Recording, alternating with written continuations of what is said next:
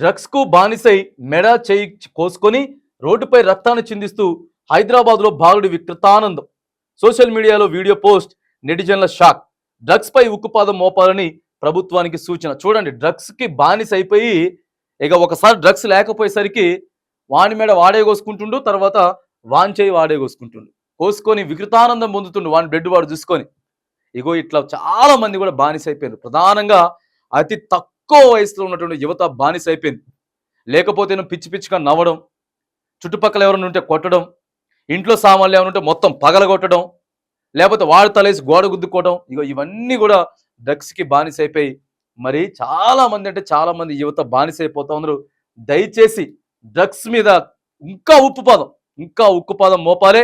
ఎన్నో చర్యలు చేపడతా ఉన్నారు, మంచిదే. కానీ ఇంకా తీవ్రమైనటువంటి చర్యలు చేపట్టి పూర్తిగా అంతమొందించేదాకా కూడా మన ప్రయత్నం ఆపొద్దని తెలియజేస్తాం.